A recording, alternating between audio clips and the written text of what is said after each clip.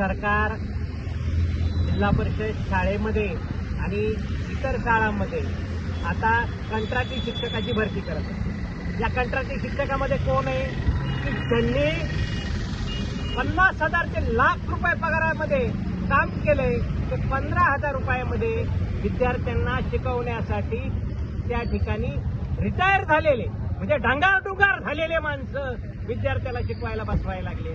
आणि ज्या तरुणांनी पूर्णतः 11 महिने प्रशिक्षण केलंय त्या तरुणांना रस्त्यावर रोजगारासाठी फिरवायला लागले।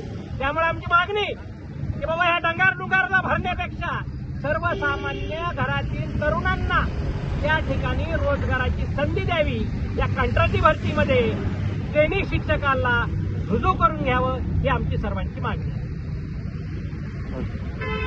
मुख्यमंत्री किंवा प्रशिक्षणार्थी झाली होती, शासनाने भरती आपली 11 महिन्याचं प्रशिक्षण दिलं।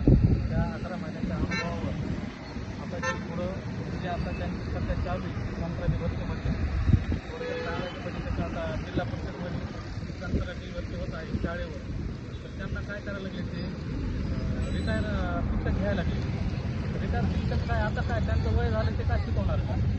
तर ते आपला 11 महिन्याचा अनुभव आहे त्या अनुभवाच्या तत्वावर आपल्या ट्रेनिंग शिक्षकांना कंत्राटी भरतीमध्ये समावेश करून घेण्यात यावा ही प्रमुख मागणी आहे आपली।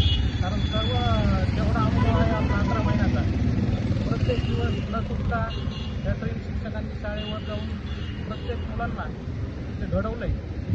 त्याच्या अनुभवावर कंत्राटी भरतीमध्ये ट्रेनिंग शिक्षकांचा प्रथम हक्क आहे, तो शासनाने त्यांना प्रथम हक्कामध्येच घ्यावं।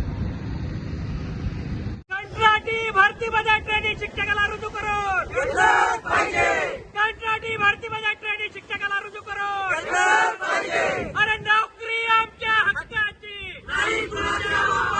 अरे नोकरी आमच्या हक्काची,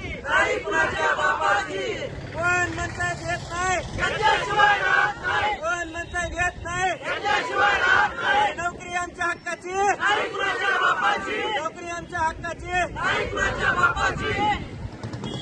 अरे कंत्राटी भरतीमध्ये ट्रेनिंग शिक्षकाला रुजू करून, अरे कंत्राटी भरतीमध्ये ट्रेनिंग शिक्षकाला